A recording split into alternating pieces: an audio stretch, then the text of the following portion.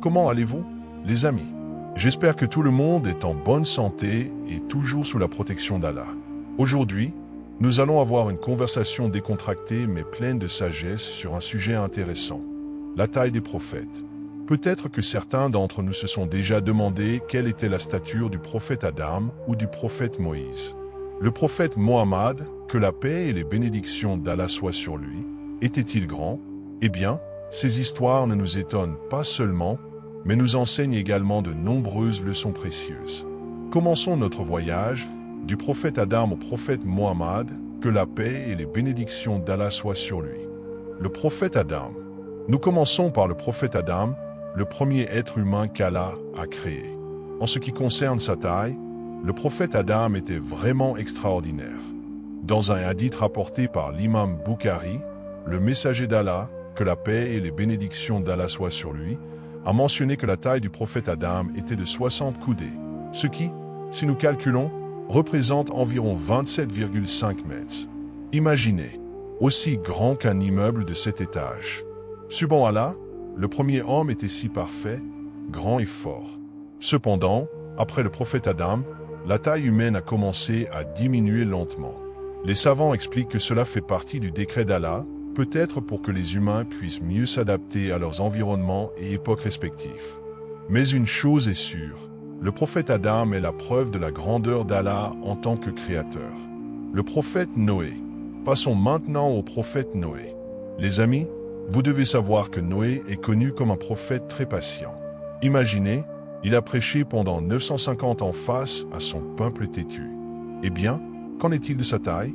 Certains récits mentionnent que Noé avait encore une stature similaire à la première génération d'humains, c'est-à-dire une grande taille. Certains estiment sa taille à environ 10 à 15 mètres. Waouh, certainement très fringant et robuste. Mais malheureusement, la taille et la force physique ne garantissent pas la foi. Le peuple du prophète Noé a rejeté l'enseignement de vérité qu'il a apporté. Finalement, Allah a envoyé une punition sous la forme d'un grand déluge qui a anéanti le peuple désobéissant. Noé et les croyants ont été sauvés sur une grande arche. Le prophète Houd et le peuple de Had. Maintenant, nous arrivons à l'histoire du prophète Houd. Il a été envoyé au peuple de Had, un peuple connu pour sa grande taille. Allah les décrit dans le Coran comme un peuple de grands bâtisseurs. Dans la sourate Al-Fajr, versets 6 à 7, Allah dit « N'as-tu pas vu comment ton Seigneur a traité les gens de Had, qui avaient de grands bâtiments? Peut-être pouvons-nous imaginer que leur corps était aussi grand que des palmiers dattiers. Il y a des narrations qui mentionnent que les gens de Had mesuraient jusqu'à 20 mètres de haut. Mais malheureusement, ils se vantaient de leur force physique et pensaient qu'ils n'avaient pas besoin d'Allah, car leur corps était considéré comme parfait. Le prophète Houd a continué à prêcher avec patience, leur rappelant d'être reconnaissants et de ne pas associer de partenaire à Allah. Mais seuls quelques-uns étaient prêts à le suivre. Finalement, Allah a envoyé une punition sous la forme d'un vent très puissant et fort, anéantissant le peuple de Had en peu de temps. Le prophète Moïse. Passons maintenant au prophète Moïse.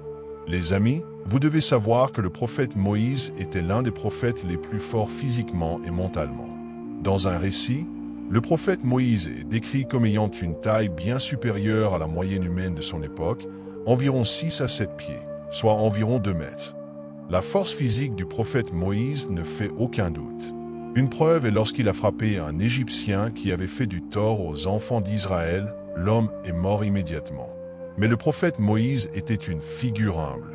Il a immédiatement imploré le pardon d'Allah pour cet incident. La force du prophète Moïse a également été vue lorsqu'il a fait face à Pharaon. Avec la permission d'Allah, il a porté un bâton qui s'est transformé en un énorme serpent, a fendu la mer Rouge et a sauvé son peuple de la poursuite de Pharaon. Subhanallah, un physique fort combiné à une foi forte a fait du prophète Moïse un grand leader. Le prophète Mohammed, que la paix et les bénédictions d'Allah soient sur lui. Enfin, nous arrivons à la figure la plus noble, le prophète Mohammed, que la paix et les bénédictions d'Allah soient sur lui. En ce qui concerne sa taille, le prophète est décrit comme ayant une taille idéale, pas trop grand, mais pas petit non plus.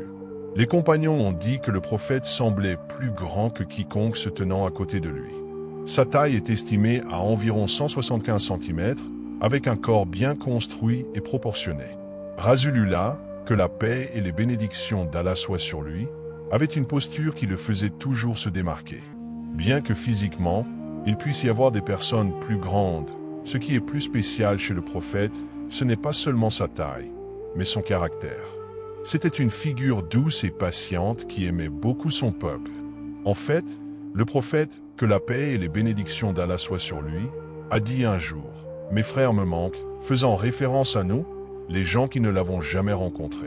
L'amour d'Allah et du prophète pour nous est infini. Amis, de l'histoire de la taille des prophètes, nous apprenons beaucoup de choses. Les prouesses physiques sont un don, mais la foi et la morale sont les plus importantes. Du prophète imposant Adam, au prophète Hud qui a fait face au peuple de Had, en passant par le messager d'Allah, que la paix et les bénédictions d'Allah soient sur lui, qui était parfait à tous égards, tout montre la grandeur d'Allah. J'espère que nous pourrons tirer des leçons de ces histoires et aimer encore plus les prophètes. N'oubliez pas de toujours suivre leur exemple, en particulier celui du prophète Mohammed, que la paix et les bénédictions d'Allah soient sur lui. Avant de conclure, permettez-moi de m'excuser sincèrement si, dans cette présentation, il y a eu des mots inappropriés ou des erreurs involontaires. En tant qu'être humain, je ne suis certainement pas exempt d'erreurs. Que Allah pardonne tous mes défauts et mes erreurs, et j'espère que vous pourrez tous me pardonner également.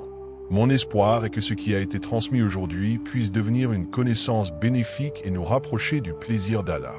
Merci pour votre attention et votre patience. Abonnez-vous, aimez, commentez et partagez. Merci à tous.